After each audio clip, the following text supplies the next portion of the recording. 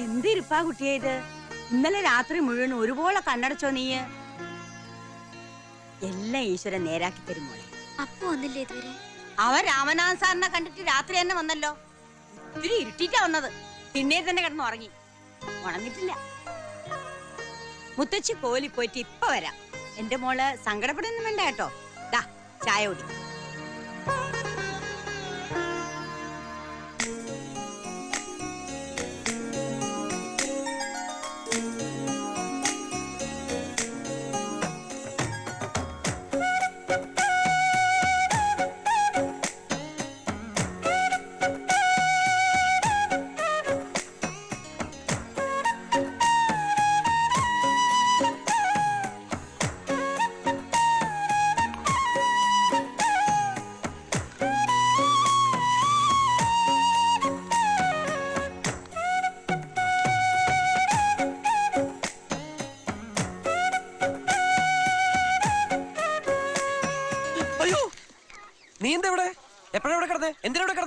അപ്പുന്റെ കൂടെ അല്ലാതെ പിന്നെ എവിടെ ഞാൻ കിടക്കണത്? ഞാൻ ഇവിടെ രാത്രിയിൽ കിടന്നു. എന്താ നിന്നെ ഒന്ന് തൊടുപോലും ഇല്ലെന്ന് ഞാൻ രാമാസാറിന് വാക്ക് കൊടുത്താ. എന്നിട്ടിപ്പോ അബോധാവസ്ഥയിൽ നീ എന്റെ കന്യാത്തം കവർന്നെടുത്തോടി.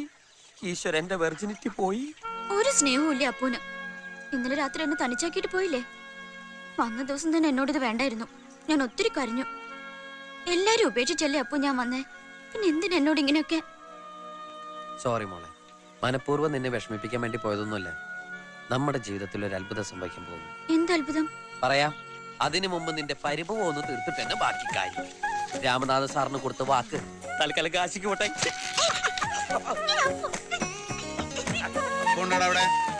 ഇല്ല. അയ്യോ ഈശ്വര, ഇന്നിവിടെ കൊല നടക്കും. ഇതുവഴി പോയാ കാണും. അയ്യോ, അതുവഴി പോവല്ലേ. ഇങ്ങോട്ട് കട്ടിലടി കയറിക്കോ. നിനക്കെന്താ ഒരു സിനിമാസ്കോപ്പ് ചിരി? രാവിലെ ഒന്ന് നടക്കാൻ ഇറങ്ങിയതാ. അപ്പൊ ഇവിടെ ഒന്ന് കേറിയിട്ട് പോവാന്ന് വിചാരിച്ചു. ആറ്റുവാക്കാര് അത്ര നല്ലവരായതുകൊണ്ട് ഒരു ടെൻഷൻ. രാത്രി പ്രശ്നമൊന്നും ഉണ്ടായില്ല? എന്ത് പ്രശ്നം? ഞാനിവിടെ കിടന്നു, അവള് മോളിൽ കിടന്നു. അല്ല, അകത്ത് കിടന്നു. അതല്ലടാ മരക്കഴി. ആ ആന്റണി സംഘവും ഒന്നും വല്ല കുഴപ്പമുണ്ടാക്കിയെന്ന് ചോദിച്ചാ നീ അവളോട് കാര്യം പറഞ്ഞു. അല്ലെങ്കിൽ വേണ്ട, ഞാൻ തന്നെ അവളോട് പറയാം. എവിടെ അവള്? എവിടെ അവള്? ആകാശത്തിലോ? അല്ല, അകത്ത്. എന്ത് അവള്? ഷേവ് ചെയ്യാ. അല്ല, പല്ലേക്കണോ? നീ അവളെന്ന് വിളിച്ചേ? ഇപ്പൊ പറ്റില്ല. എന്താ പറ്റാ? വേറെ ചില പ്രശ്നങ്ങളുണ്ട്. ഇപ്പൊ പറ്റില്ല. എന്താ പ്രശ്നം? ഇപ്പൊ പറ്റില്ല. എന്താടാ പ്രശ്നം? ബാത്റൂമില്ല. എന്നാ നേരത്തെ പറഞ്ഞു തൊലച്ചൂടെ?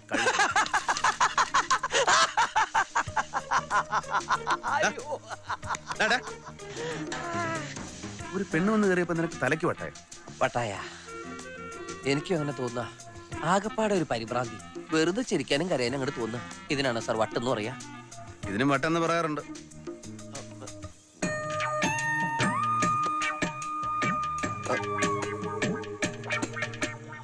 നിനക്കെന്താടാ കോങ്കണ്ണുണ്ടോ? ദൈവമേ, സാറിന് അങ്ങനെ തോന്നുന്നുണ്ടോ? ഇടയ്ക്കിടയ്ക്ക് കോങ്കണ്ണും വരുന്നുണ്ട്. കംപ്ലീറ്റ് പ്രോബ്ലംസാ.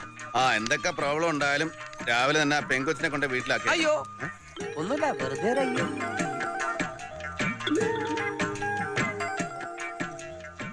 പെണ്ണ് കട്ടിലടിക്കണമെന്ന് വിഷമിക്കുന്നുണ്ടാവല്ലേ? അതെ. സാറെന്താ പറഞ്ഞേ? ഒന്നാമത് നീ അവളെ വളച്ചൊരു പരുവത്തിലാക്കി. കട്ടിലടി കിടന്ന് ഇനിയും വളഞ്ഞ അരിവാള് പോലെ ഒരു ഭംഗി ഉണ്ടാവില്ല. കാണാൻ എന്നിട്ട് പോകാൻ പറയണം അവളോട്. ഇറങ്ങി പോരെ, കണ്ടുപിടിച്ച് കൊണ്ടാക്കിട്ട് എന്നെ ഒന്ന് വിളിക്കണം. എടോ മൈഗുണാപ്പ, ഞാൻ പറയുന്നൊന്ന് അങ്ങോട്ട് കേൾക്ക്. എക്സൈസ് നിയമപ്രകാരം പള്ളിക്കൂടവും ബാറും തമ്മിൽ 200 മീറ്റർ അകലം വേണമെന്നാ. ആ നിയമം പാലിച്ചേ പറ്റൂ. അപ്പോ ബാറിരിക്കുന്ന പുതിയ 10 നില കെട്ടിടം പൊളിച്ചു മാറ്റണമെന്നാണോ? എടോ, പുതിയ കെട്ടിടം പൊളിക്കുന്ന ആരെങ്കിലും പറഞ്ഞോ?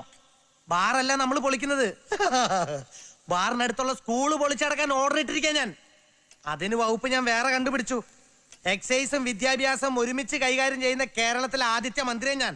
താൻ എന്നെ നിയമം പഠിപ്പിക്കണ്ട. അതെ. കമ്മീഷൻ ഇപ്പൊ എത്ര സാർ? നീ ആ സ്റ്റേറ്റ് കാർ എടുത്തോണ്ട് പോയിട്ട് 50 കുപ്പി മിനറൽ വാട്ടർ വാങ്ങി മണിയമ്മയ്ക്ക് കൊണ്ടുകൊടുക്ക്. എന്റെ ഭാര്യ മണിയമ്മ മിനറൽ വാട്ടറിലെ കുളിക്കണേ. പക്ഷെ കളർ വയ്ക്കണല്ലേ. മണിയമ്മ ചേച്ചിക്ക് 50 കുപ്പി ഉണ്ട്, എന്താകാനാ? നല്ല തടിയല്ലേ? അത് മതിയടോ. അവള് കുളി തുടങ്ങിയത് തന്നെ ഞാൻ മന്ത്രിയായതിനു ശേഷ. പിന്നെ അവനിപ്പം എത്തും ആ കമ്മീഷണർ. 10 ലക്ഷം പോരാ, ഇനി ഇത്തിരി കൂടുതൽ വേണമെന്ന് പറഞ്ഞാലും താനങ്ങ് സമ്മതിച്ചേക്കണം. അയാള് മനസ്സ് വെച്ചാലേ തന്റെ ചേട്ടനെ പുറത്തു കൊണ്ടുവരാൻ പറ്റൂ. സല്യൂട്ട് ഒന്നും വേണ്ട കമ്മീഷണറെ. ആര് കാണാനാ? ഇതാ ഇങ്ങോട്ട് ഇരുന്നേൻ. വേണ്ട സർ. പ്രോട്ടോകോളൊന്നും നോക്കണ്ട രാമനാഥ. പ്രോട്ടോ കേളല്ല സർ, പ്രോട്ടോകോൾ. എന്തായാലും പ്രോ ഉണ്ടല്ലോ. നമ്മളിപ്പോ സുഹൃത്തുക്കളാണോ? ഞാൻ മന്ത്രിയായത് എന്റെ തെറ്റാണോ? അല്ല സർ, ജനങ്ങളുടെ തെറ്റാണ്. തമാശ തമാശ. എന്നെ വിളിപ്പിച്ച കാര്യം പറ സർ. പറയാം. ഇതാരാണെന്നറിയോ? ഇയാളെ നമ്മുടെ വിഷമദ്യ ദുരന്ത കേസിലെ 1-ാം പ്രതി പൊന്നച്ചന്റെ അനിയനല്ലേ? എനിക്കറിയാം സർ. ഞങ്ങൾ തമ്മിൽ പരിചയപ്പെട്ടതിന്റെ പാട് ഇപ്പോഴും ഇയാളുടെ ദേഹത്തുണ്ടാവും അല്ലേടോ? അതെ, ചോദ്യം ചെയ്തപ്പോ ഞാൻ 1-2 കള്ളം പറഞ്ഞു. പോലീസ് എന്ന് പറഞ്ഞാൽ കള്ളം പറയുന്നവരെ തല്ലാനുള്ളവരാ അല്ലേ കമ്മീഷണറെ? പിന്നെ ഞാനൊരു റെക്കമെൻഡേഷന് വേണ്ടിയാ വിളിപ്പിച്ചത്. പൊന്നച്ചനെതിരെയുള്ള കുറ്റപത്രം മറ്റന്നാളെ കോടതിയിൽ സമർപ്പിക്കുന്നെന്ന് കേട്ടു. അയാൾക്ക് കൊലക്കയർ വരെ കിട്ടാവുന്ന തരത്തിൽ എല്ലാ പഴുതുകളും അടച്ചുകൊണ്ടാണ് ഞാൻ ഈ കുറ്റപത്രം തയ്യാറാക്കിയിരിക്കുന്നത്. ഇനി ദൈവം തമ്പരം വിചാരിച്ചാൽ പോലും പൊന്നത്തിന് ശിക്ഷയിൽ നിന്ന് രക്ഷപ്പെടുത്താൻ പറ്റില്ല സർ. പറ്റണം. അതിനാ കമ്മീഷണർ വിളിപ്പിച്ചേ. കമ്മീഷണറും ഞാനും അവറാച്ചനും നമ്മുടെ പാർട്ടിയൊക്കെ ഒരേ ഗ്രൂപ്പാണെന്ന് ഞാൻ ഇന്നലെ അറിഞ്ഞേ. മനസ്സിലായോ? ആ അവറാച്ചന്റെ 100 ഏക്കർ ഏലത്തോട്ടം. ഉള്ള കാര്യം നേരെ പറയാലോ. കമ്മീഷണർക്ക് വീണ്ടും കാശുണ്ടാക്കാനുള്ള ഒരു തന്ത്രം പറയാനാ വിളിപ്പിച്ചേ. ഞാൻ എന്ത് തന്ത്രം പയറ്റിയാലും ശിക്ഷ വിധിക്കുന്നത് കോടതിയല്ലേ സർ? കോടതിയൊക്കെ രാമനാഥന്റെ പേനയുടെ മുമ്പിൽ പുഴുക്കളാ. അതൊക്കെ എനിക്കറിയാം. കൂടുതലൊന്നും പറയുന്നില്ല. കുറ്റപത്രത്തിൽ പൊന്നച്ചന് രക്ഷപ്പെടാനുള്ള പഴുതുണ്ടായിരിക്കണം. കമ്മീഷണറെ, പൊന്നച്ചനകത്തായാൽ മദ്യദുരന്തം തീരുന്നു തോന്നുന്നുണ്ടോ? ചുമ്മാതാ.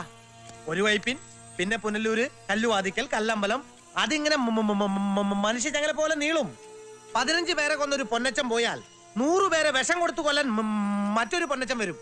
വന്നില്ലെങ്കിൽ സാറിനെ പോലുള്ളവർ വരുത്തും. വരുത്താതിരിക്കാൻ പറ്റോ അനിയ? നിലനിൽക്കണ്ടേ? സത്യത്തിൽ ഇവിടെ ശിക്ഷിക്കേണ്ടത് പൊന്നച്ചന്മാരെ അല്ല സർ, അവരെ സൃഷ്ടിക്കുന്ന ഗുണശേഖരന്മാരെയാണ്. അവരിൽ നിന്ന് കോടികൾ കൈക്കൂലി വാങ്ങുകയും ധൂർത്തടിക്കുകയും മണിമന്ദിരങ്ങൾ പണിയുകയും ചെയ്യുന്ന നിങ്ങൾ രാജാവായിരുന്നുകൊണ്ട് തന്റെ പ്രജകൾക്ക് വിഷവീര്യം വിളമ്പാൻ കൂട്ടുനിൽക്കുന്നു. ഇതെല്ലാം അറിയുന്ന പാവപ്പെട്ട ജനങ്ങൾ നിങ്ങൾക്ക് വീണ്ടും വോട്ട് ചെയ്യുന്നു. എല്ലാം മനസ്സിലാക്കുന്ന പാവപ്പെട്ട നിയമപാലകർ നിങ്ങൾക്ക് വീണ്ടും സല്യൂട്ട് ചെയ്യുന്നു. നമ്മുടെ മഹത്തായ ജനാധിപത്യത്തിന്റെ ഈ കറുത്ത ഭാഗത്താണ് സർ രാമനാഥൻ.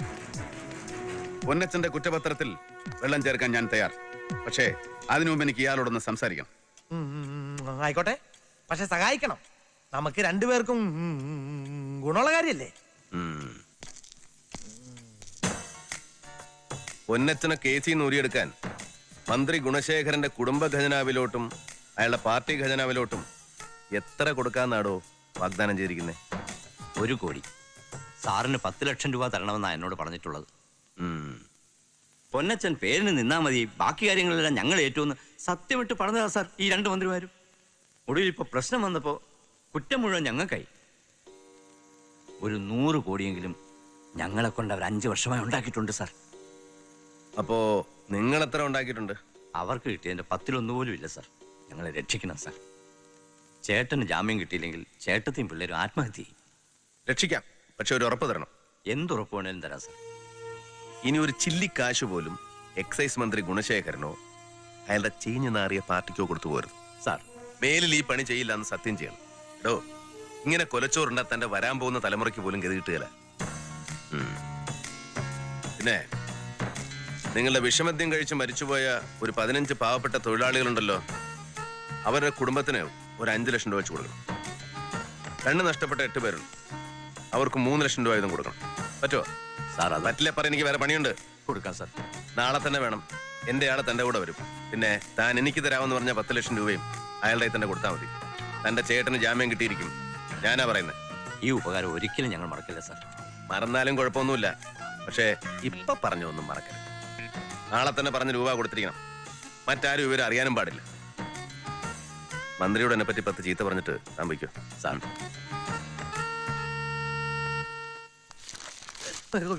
ഇംഗ്ലീഷ് പേപ്പറാ. എന്താണോ കുന്തം? ആ കാണ്ടാമൃഗത്തിനോട് എന്ത് പറഞ്ഞു നോക്കിയിട്ട് കാര്യമില്ല. മന്ത്രി എന്നെ വിളിച്ചെടുത്ത് കളിയാക്കിയായിരുന്നല്ലേ? ഞാൻ പറയണ കേക്ക്. താനുമായിട്ട് ഒരു കോളിനും ഞാനില്ല. കേസിൽ നൂരാൻ വേറെ വഴി നോക്കിക്കോളാം. അത് താൻ എന്നാ കോപ്പിലെ പരിപാടിയാണോ കാണിച്ചേ? കാശ് കൂടുതലാണെങ്കിൽ ചോദിച്ചാ പോരായിരുന്നോ? എന്റെ 1 കോടി രൂപയെ കളഞ്ഞേ. ഇങ്ങനെ 1 കോടിയും 2 കോടിയൊക്കെ കൈക്കൂലി മേടിക്കുന്നത് മോശമല്ലേ മിനിസ്റ്ററെ?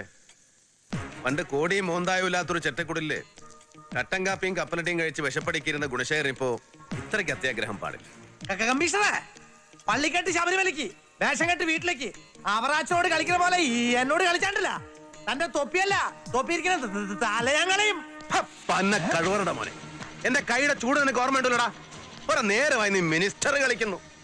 15 വർഷം മുമ്പ് 10 തേങ്ങ കട്ടതിന് കള്ളം ഗുണശേഖരനെ കുനിച്ചു നിർത്തി ഇടിച്ച കയ്യായത്. ഇപ്പൊ വയനാട്ടിൽ തൊഴിലാളി വർഗത്തിന്റെ പേരും പറഞ്ഞ് നീ ജനങ്ങളുടെ കണ്ണി പൊടിയിട്ട് മന്ത്രിയായി. പക്ഷേ രാമനാഥന്റെ ഞരമ്പെ തൊട്ട് കളിച്ചാലുണ്ടല്ലോ, സല്യൂട്ട് ചെയ്യുന്ന ഈ കൈ കൊണ്ട് 2 കരണോ അടിച്ചാൻ പൊട്ടിക്കും.